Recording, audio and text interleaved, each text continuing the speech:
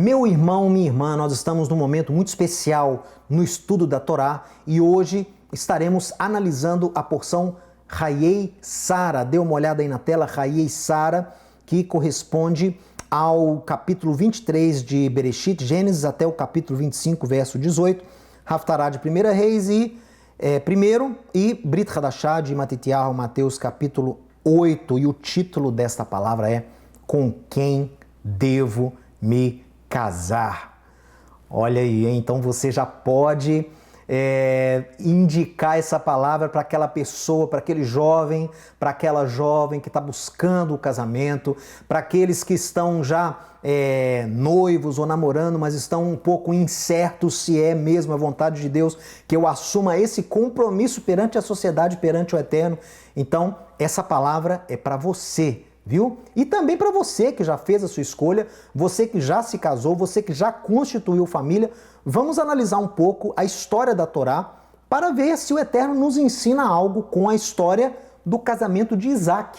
É um casamento muito peculiar, muito especial e nós iremos dar uma olhada nessa história fantástica no dia de hoje. Então acompanhem comigo, veja.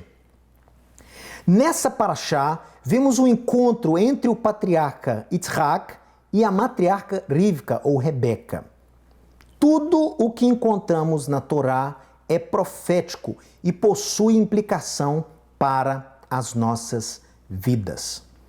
Pessoal, eu sempre deixo isso claro, que nós estudamos a Torá não é apenas como um livro de história, não é um livro de história do povo de Israel. A Torá é a vontade divina para a vida do homem, é a lei divina transformada em mandamentos para que você possa andar segundo o caminho de Deus, para que você possa andar, viver a sua vida de tal forma que agrade ao Eterno de Israel. O Eterno é o nosso Criador, Ele sabe, nós como seus filhos, Ele sabe o que é melhor para nós. Então, toda a sabedoria divina está contida na Torá e o estudo da Torá aprimora ao homem, como o Rabino Shaul ensina ao jovem Timóteo. Dê uma olhada aí. Timóteo, toda a escritura é inspirada por Deus e útil para o ensino. Escritura aí é a Torá, porque não havia nesta época da escrita de Paulo o Novo Testamento canonizado ainda. Então Paulo diz, toda a Torá, Timóteo, a Torá, os escritos, os profetas, são inspirados por Deus e são úteis para o ensino, para a repreensão, para a correção, para a educação na retidão. Veja isso, pessoal. A fim de que o homem de Deus e a mulher de Deus também sejam perfeitos e perfeitamente habilitados para toda obra. Isso é fantástico. Então nos mostra que o chamado no mundo cristão de Antigo Testamento, ele não é antigo sob uma conotação antiquada ou algo que já passou, algo que já está desatualizado, caducou, não é? Não. A Torá, como princípio divino para a vida do homem, ela é válida até os dias de hoje. É claro que a Torá é uma só, né? Os cristãos gostam de dividir aí mandamentos morais, mandamentos cerimoniais e éticos. Então, na verdade, o judeu vê toda a Torá como um grupo só, um corpo só. Mas esta Torá, a Torá é a polpa, né? A polpa, os mandamentos, a lei de Deus é a polpa, os mandamentos são a casca. Ou seja, os mandamentos eles vão se adaptando de acordo com a época onde aqueles mandamentos são cumpridos. Então, isso é chamado de uma dinâmica. A Torá é dinâmica, ela não é estática. Os mandamentos de Deus, a Torá é eterna, mas os mandamentos são adaptáveis. Então isso tem que estar muito claro. Por isso é que Paulo disse. E quando a gente fala isso, eu não estou querendo voltar à forma como esses mandamentos eram cumpridos, por exemplo, os mandamentos cerimoniais. Eu não estou apregoando que você tem que ir agora oferecer animal a Deus, que você tem que apedrejar uma mulher que foi pega em adultério. Não é isso. Esses são aspectos da Torá que são dinâmicos. Mas a lei em si é eterna. Então, se a Torá declara que a mulher adúltera morre, se a mulher declara que o filho que amaldiçoou o pai morreria, hoje nós temos tribunais de justiça. Antigamente não havia esses tribunais de justiça. Então a sentença era cumprida sumariamente para servir de exemplo para a população e para que o povo não se perdesse numa forma de anarquia social, anarquia moral. Então, naquela época foi necessário esse tipo de aplicação da justiça. Essa aplicabilidade era sumária. Hoje nós temos tribunais de justiça. A humanidade evoluiu muito, mas a polpa do mandamento, a lei de Deus, permanece viva até hoje. Ou seja, tais tipos de pecados geram uma morte. O adultério gera uma morte do casamento. Um filho que amaldiçoa o pai está morto espiritualmente porque sai fora de uma cobertura espiritual que o Eterno providenciou para que o pai tivesse sobre o filho e sobre as esposas. Então, pessoal, será que essa história, se a Torá toda é inspirada e serve para nos admoestar no nosso dia a dia sobre os princípios divinos, será que essa história do casamento de Isaac com Rebeca tem algo a nos ensinar? Será que profeticamente Deus colocou algo aí nessa passagem, nesse encontro de Isaac e Rebeca, que pode nos auxiliar quando nós hoje vamos tomar uma esposa, vamos escolher uma pessoa para nos casar? Será que essa história nos ensina algo? Então dê uma olhada aí. Será que o Eterno tem algo a nos ensinar sobre a escolha da esposa de Isaac? Com a morte da sua mãe, tanto Isaac como Abraão sentem o lar vazio. Não havia mais a presença da Eshet Hail, da mulher virtuosa, lá de Provérbios 31:10, que santifica e eleva o lar do justo. Abraão, após a morte da sua esposa, relata ser um Gervetoshav, morador e também estrangeiro, lá em Canaã.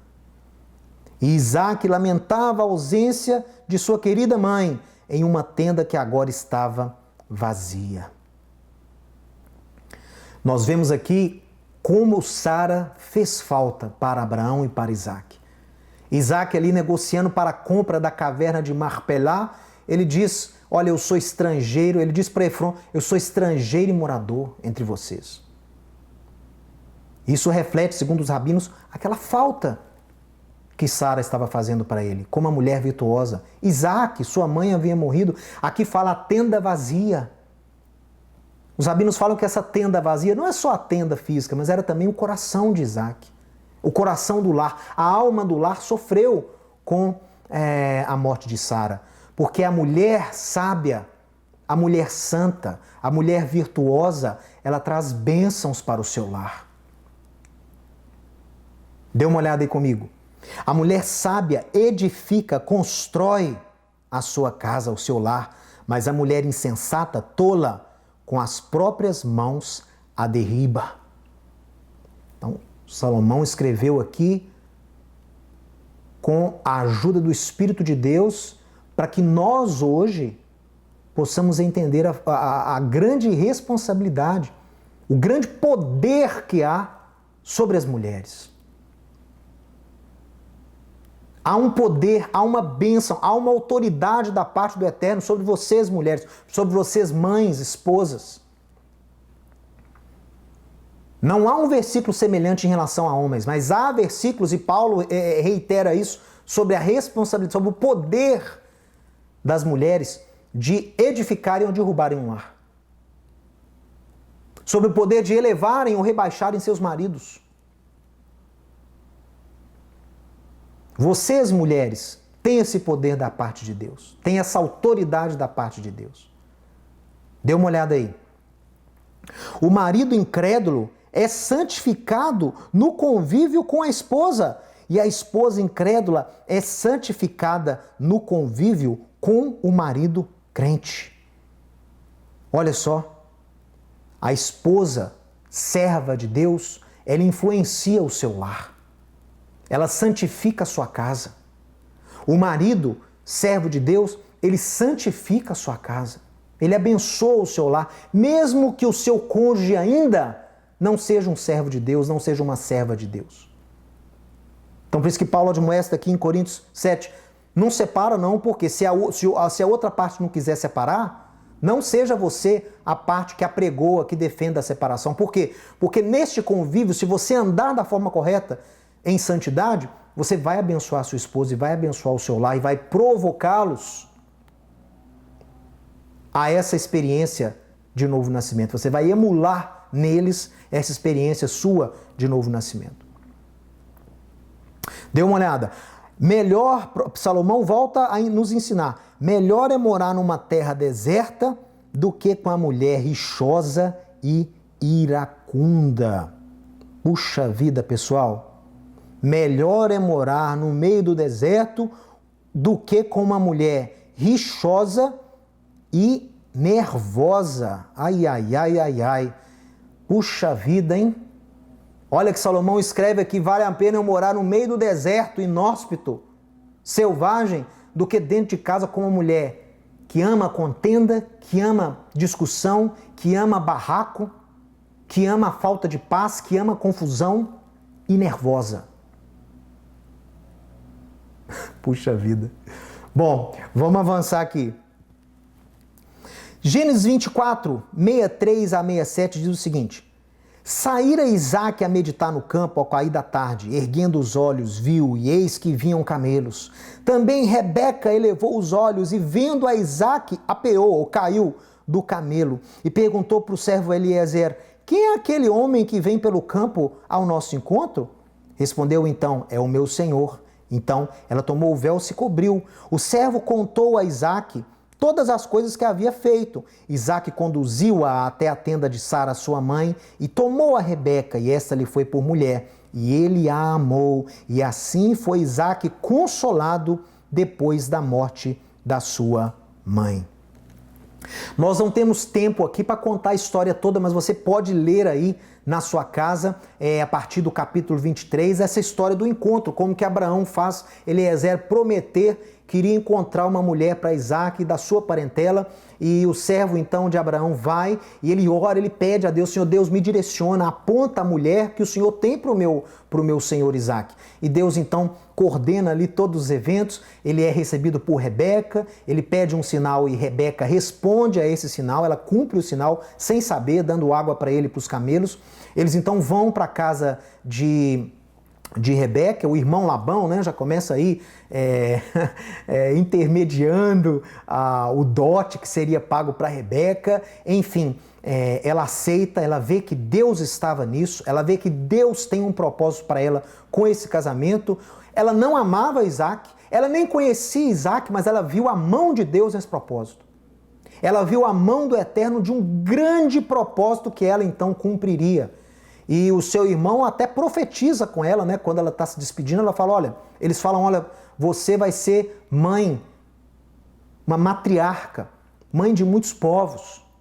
Então eles enxergam a importância profética, como aquele casamento, aquela união, seria da vontade de Deus e agradaria a Deus e cumpriria um propósito para o reino de Deus. Então ela vai e ela chegando ali onde Isaque estava meditando, talvez os rabinos falam que até era uma meditação de luto mesmo, de tristeza pela falta da mãe. O lar estava vazio, a mulher virtuosa saiu do lar, Sara, estava um lar vazio. Então ele ali meditando, ele vê a caravana chegando, ele corre, Rebeca quando o vê, cai do camelo. Bom, diz o rabino Shulam que ela caiu porque viu que Isaque não era lá muito bonito. Eu não sei se ela caiu, foi de susto, ou se ela realmente só desceu do camelo meio rápido e tropeçou, sei lá, e caiu. Mas o fato é que ela desce do camelo e ela se cobre, né, em forma de respeito, como era comum antigamente, e ela então se encontra com Isaque. E Eliezer conta para o Isaque, olha, essa mulher é resposta de oração. Essa mulher, Isaque, foi direcionada a nós pelas mãos de Deus. E o Eterno está nesse casamento. O Eterno está nesse casamento. Há confirmação, há paz de nossa parte, Isaque. E Isaque, então, toma a Rebeca, a leva para a tenda da sua mãe e se casa com ela. E depois de ter se casado, a Torá explicitamente declara, e ele a amou. É fantástico. Só que tem uma ordem aí meio inversa, né, do que as pessoas estão acostumadas no dia de hoje. Dê uma olhada aí. Isaac conduz Rebeca à tenda da sua mãe, tomando-a como esposa. Neste momento temos o compromisso. Ali, quando ele leva a Rebeca para a tenda, tem um compromisso. Uma responsabilidade é estabelecida perante Deus e os homens. Ao ouvir o testemunho de como Deus havia direcionado o servo Eliezer até Rebeca, Isaac então reconhece que a vontade de Deus naquele momento era tornar público aquele compromisso e casar-se então com Rebeca. E isso nos mostra, pessoal, em toda a experiência, em todo o processo que você, homem ou mulher, vive nos momentos que antecedem um casamento. Eu faço um apelo a você, jovem, que está buscando um noivo, a você, moça, que tem orado para que o Eterno envie, mostre, revele para você um varão. Aprendam com a história de Isaac. A primeira lição que nós podemos aprender com essa narrativa: tenha certeza que Deus está nisso.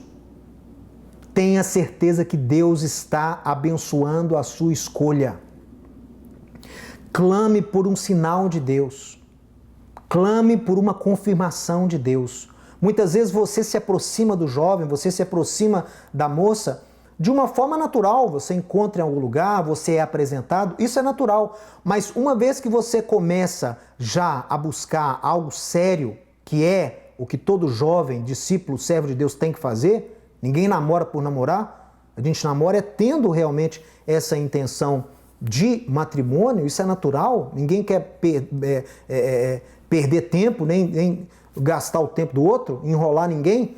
Então, no momento onde você sentiu, puxa vida, eu acho, Senhor, eu acho que é essa pessoa, ore, clame a Deus, converse, tome conselhos com amigos que querem o seu bem, peça a Deus sinais, porque você não pode tomar a decisão errada. E essa decisão vai te influenciar, vai determinar o resto da sua vida. Então aprenda a primeira lição da história de Isaac. Peça confirmação de Deus. E o Eterno, todas as vezes que é consultado, Ele nos responde em fidelidade. Ele é fiel para responder a nossa oração. Para dizer sim, vá em frente, ou para dizer não, corra desse caminho. Dê uma olhada aí. Apenas depois de ter se casado, o texto fala que Isaac amou a Rebeca. E assim foi consolado depois da morte da mãe. Então nós vemos nesse texto uma ordem curiosa. Primeiro Isaac se casa com Rebeca e depois ele a ama. As pessoas estranham a sequência porque no mundo é exatamente o contrário. Primeiro as pessoas se apaixonam, amam e depois se casam com quem se apaixonam. Mas a Torá propõe uma visão diferente para o casamento e não menos romântica. A Torá propõe que Isaac não se casa com Rebeca porque ele a amava. Ele ama a Rebeca porque ele havia se casado com ela. Medite nessa palavra. A você que me assiste, a você jovem, que busca aí um noivo, que busca um varão, que busca um homem de Deus para o seu lar. A você jovem que busca uma moça, que busca uma jovem que vá a trazer, que vá a ser essa Eshet Ha'il, essa mulher virtuosa no seu lar, que vai fazer você cumprir todo o seu potencial como servo de Deus. Você que busca essa moça para que você possa cuidar dela, para que você possa explorar e fazer com que ela dê todo o potencial que ela tem na presença de Deus. Vamos aprender novamente com a história de Isaac e Rebeca. Nós vemos aqui que a ordem que a Torá propõe é diferente que o mundo propõe. No mundo é assim, apaixona, estou amando, estou apaixonada, vou casar porque estou apaixonada. Ah, fulano, eles ainda aconselham a gente, né? Não, mas se você não amar, não casa não. Se você não estiver amando, apaixonada, não casa não, que vai dar errado. É o contrário que a Torá pregou. Primeiro, antes do amor, é o compromisso, é a responsabilidade. Isaac casou com Rebeca e por isso ele assumiu o compromisso diante de Deus de amá-la. Amor é uma escolha, não é um sentimento incontrolável. Amor não é paixão. Amor não é desejo. Amor é uma escolha de ser responsável por. Amor é uma escolha de cuidar, de zelar. Amor é uma escolha para nutrir, para desenvolver, para construir. Amor é uma responsabilidade. Há um ditado judaico que diz: os gentios se casam com quem amam. Se casam com quem amam. Nós, judeus, amamos as pessoas com as quais nos casamos. Amor é uma escolha. Amor é um compromisso. Amor é um voto. Que independe de emoção. Independe de paixão. É uma responsabilidade assumida diante da sociedade e diante de Deus. Quem toma a escolha é você, não é Deus. Deus pode, assim como Isaac, apontar, direcionar, clarificar uma possível escolha sua. Por isso que eu disse aqui no início, sentiu que é a mulher de Deus, sentiu que é o homem de Deus para você, peça a confirmação de Deus. Peça e Deus responderá. Através de pessoas, através de uma forma muito específica, Ele vai falar com você. Mas a escolha é sua. Por isso que na Torá não existe esse negócio de casamento religioso, né? Os homens criaram isso, casamento civil, casamento religioso. Na Torá, casamento é um só. É um compromisso feito diante dos homens e é tido também diante de Deus. Ligou na terra, ligou no céu. É essa a sua escolha? É isso que você quer? Bum! Vai determinar o restante da sua vida. Dê uma olhada aí comigo. Isso nos mostra que o sentimento e a emoção não são critérios que devem dar origem a um casamento, pessoal. Um casamento baseado apenas no sentimento, no romance, baseado apenas em amor, baseado apenas em paixão, leia as minhas palavras, está condenado ao fracasso. Sabe por quê? Porque é possível você se apaixonar pela pessoa errada. É ou não é, pessoal? É ou não é possível se apaixonar pela pessoa errada?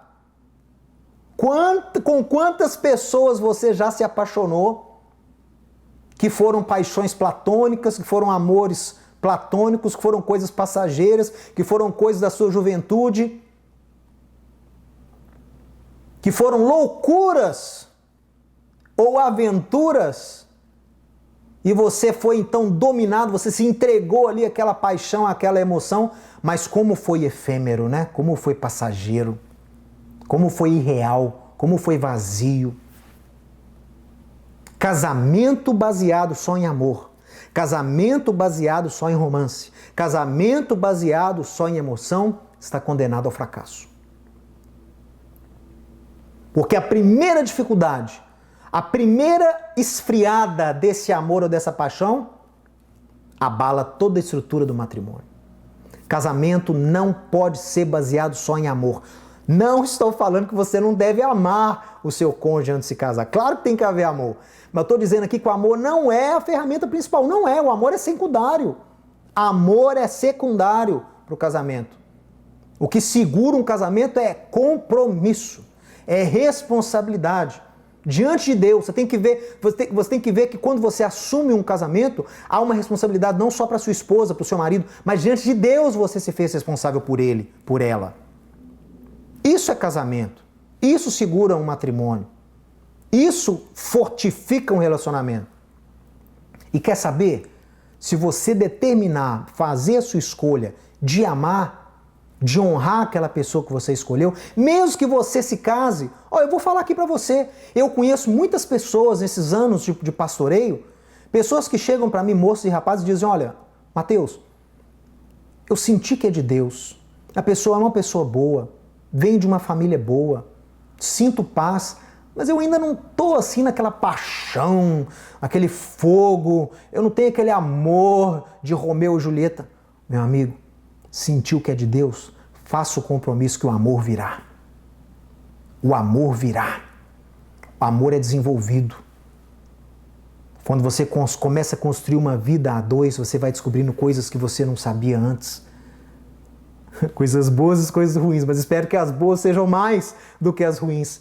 E esse amor, ele vai sendo construído. Ele vai crescendo dentro de você. E ele vem. Pessoal, acredite, ele vem. Hoje, casais que eu aconselhei dessa forma estão felizes, porque têm o seu casamento baseado não em amor, em paixão, em desejo, mas baseou no compromisso. E o amor veio, e o desejo vem. E a paixão fica ali sempre acesa, por quê? Porque o compromisso sustenta a paixão, o compromisso sustenta o amor. Acredite na Torá, acredite na palavra de Deus, Ele sabe o que é melhor para nós. É fantástico, pessoal. Olha, acompanha aí comigo. Bendito o homem que confia no Senhor e cuja esperança é o Senhor, porque ele é como a árvore plantada junto às águas, que estende as suas raízes para o ribeiro e não receia quando vem o calor, mas a sua folha fica verde. E, num ano de sequidão, não se perturba, nem deixa de dar fruto. Porque, preste atenção, enganoso é o coração, mais do que todas as coisas, e desesperadamente corrupto é o coração do homem. Quem o conhecerá? Ah, pessoal. Jeremias, no capítulo 17, versos 7 a 9, recebeu de Deus essa instrução para você. Ouça a voz do seu coração, dizem muitos que te aconselham. O que o seu coração diz? Responda ao chamado do seu coração. Mentira! Jeremias fala, enganoso é o coração do homem. Desesperadamente corrupto é o coração do homem. Não ouça a voz do seu coração, ouça a voz de Deus. Conforme o seu coração à vontade de Deus. E este homem que não dá ouvido a essa paixão desesperada do coração, mas que é sóbrio em fazer escolhas que agradam, que estão de acordo com a vontade de Deus, esse homem, essa mulher é firme. Jeremias fala que ele é aquela árvore plantada junto a águas, como o Davi escreve lá no Salmo 1. Cresce uma árvore forte, cresce uma árvore com raízes, que não teme nem o inverno, nem o verão, e que indeterminante são os fatores externos.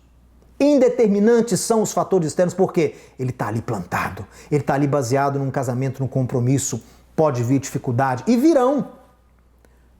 Podem vir crises, e virão. Mas as crises servirão para te fortalecer ainda mais, você e sua esposa. Porque o seu casamento é baseado num compromisso, numa escolha. Este é o homem, esta é a mulher cujo lar floresce. Um lar baseado numa escolha e numa responsabilidade diante de Deus. Que bênção. Dê uma olhada aí comigo. Apaixonar-se é um critério terrível para basear um casamento. Está apaixonada, fulana? Casa com ele. Você está apaixonado, você tem que casar. Errado.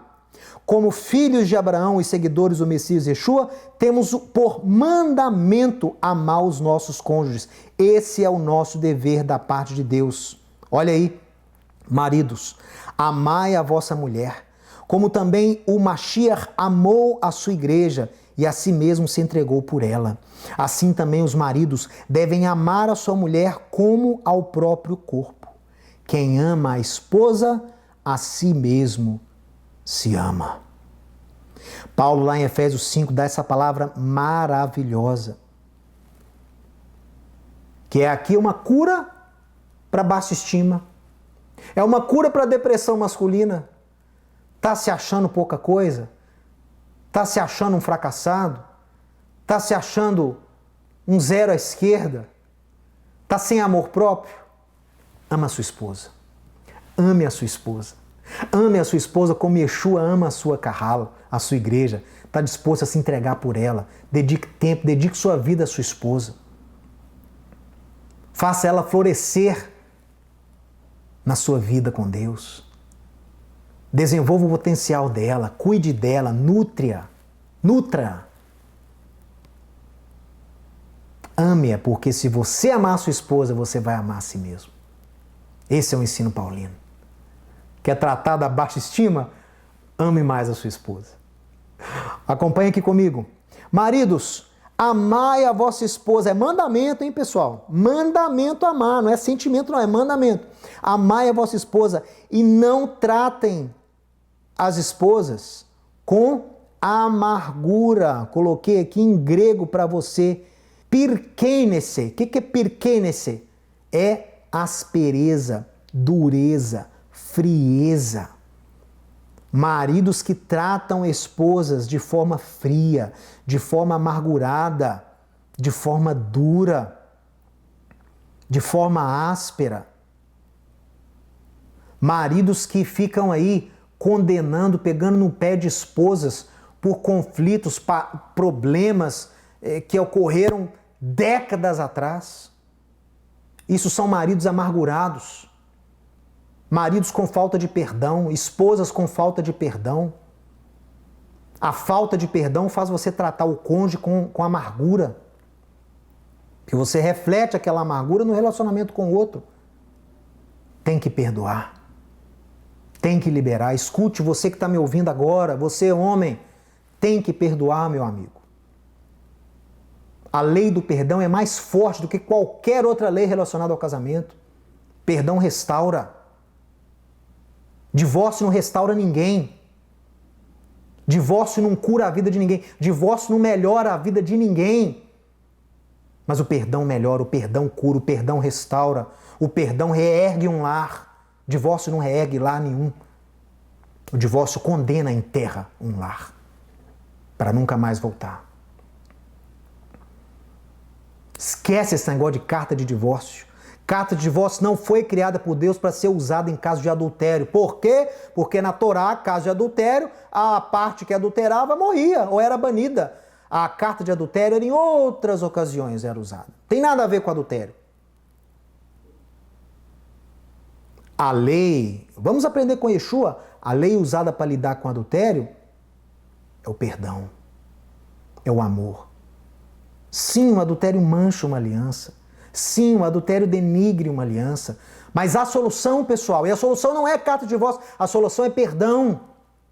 É slichá em hebraico. Vamos aplicar essa lei do perdão. Sabe por quê? Porque senão você vai estar tratando o seu marido, a sua esposa com amargura. E isso destrói um casamento ao longo dos anos. Falta de perdão. E perdão, assim como o amor, é escolha, é compromisso, é responsabilidade. Faça o compromisso de enterrar isso. Enterrar o que aconteceu. Enterrar aquilo que te machucou, aquilo que causou morte no seu relacionamento. Fizemos então um compromisso de reerguer o nosso lar, assumi então a posição de perdão, liberei o perdão, assuma isso e viva o resto da sua vida segurando firme a esse compromisso, esse seu propósito. Não desenterre cadáver. Não mexa naquilo que está morto. Porque está podre. Já está em decomposição, você vai mexer para quê? Ah, mas eu não consigo esquecer. Você não vai esquecer.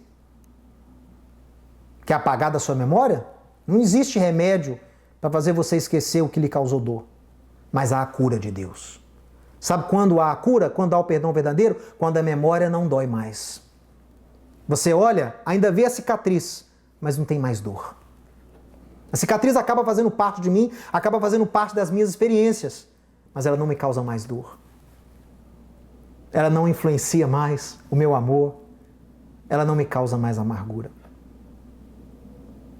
Perdão é escolha. Ah, mas eu não consigo. Aí entra o perdão do Eterno. Aí entra o perdão de Yeshua. Assim como Yeshua perdoou, você também perdoa. Se você quer que Ele te perdoe, aprenda a perdoar. Dê o primeiro passo e o Eterno vai te ajudar. Ele prometeu. Dê o primeiro passo. Faça o compromisso de perdoar. Assuma diante de Deus os compromissos e a capacitação virá sobre a sua vida. E a cura virá sobre a sua mente, sobre o seu coração. Lei do perdão, pessoal. Não trate sua esposa com amargura. Não trate sua esposa com falta de perdão. Jamais jogue na cara dela pecados que ela cometeu, que te entristeceram, se houver tido pedido de perdão, e se vocês houverem já feito esse compromisso de reerguer o lar, não volte mais nisso. Não faça isso com ela. Você, esposa, se já houve um pedido de perdão sincero, já houve mudança, não volte mais no passado. Aposte tudo, dedique todas as suas forças para reconstruir um lar, não para ficar cavando sepultura. Vamos lá. Sentimentos são imprevisíveis, eles se levantam e caem. Paixão, amor, eles vêm e vão. O casamento não deve ser baseado em amor. Casamento deve ser baseado em compromisso. E o amor deve se sujeitar ao casamento e não o casamento ao amor. Então vou ler de novo. O casamento não deve ser baseado no amor, mas o amor deve ser baseado no casamento. Ame a pessoa com a qual você se casou da mesma forma como Yeshua ama a sua Kahal. Shabbat Shalom, um sábado de paz, um sábado de bênção, um sábado de união na sua casa, na sua família. Você está assistindo essa palavra agora. Você sentiu a necessidade de fazer uma oração com a sua esposa? Ore com ela agora.